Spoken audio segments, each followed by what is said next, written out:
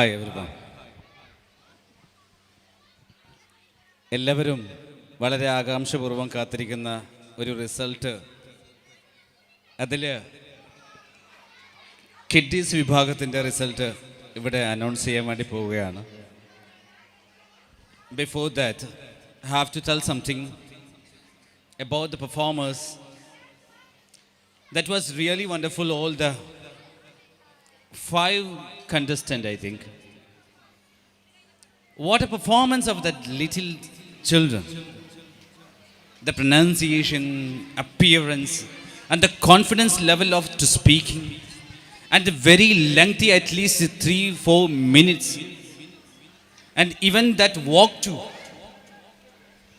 അവരാ നടത്തും ഇംഗ്ലീഷിൽ ഇത്രയും നേരം, ഇനി ഈവൻ അവർ കാണാതെ പഠിച്ചതായിക്കോട്ടെ, പക്ഷെ ഇത്രയും കണ്ണുകൾ അവരിങ്ങനെ വാച്ച് ചെയ്യുമ്പോൾ ഇത്രയും വലിയൊരു വേദിയിൽ അവരത് വളരെ ഭംഗിയായിട്ട് എന്ത് ചെയ്തു, പെർഫോം ചെയ്തു എന്നുള്ളതാണ്.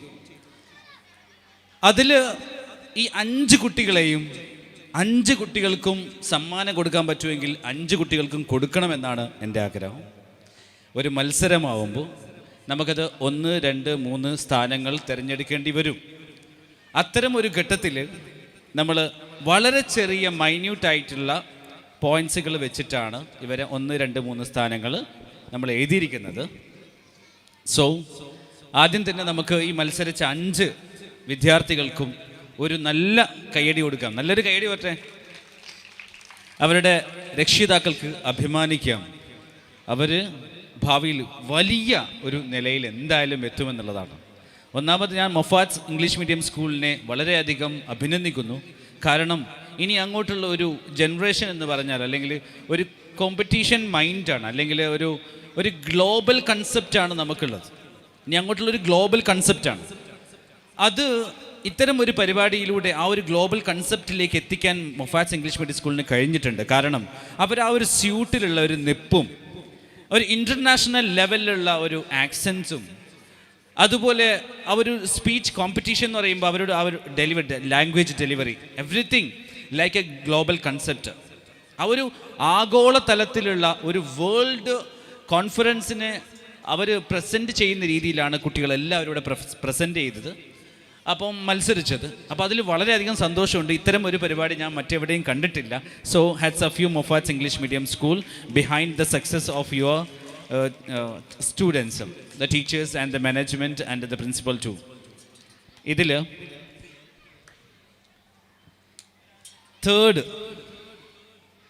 third position, code letter 103, Mashita.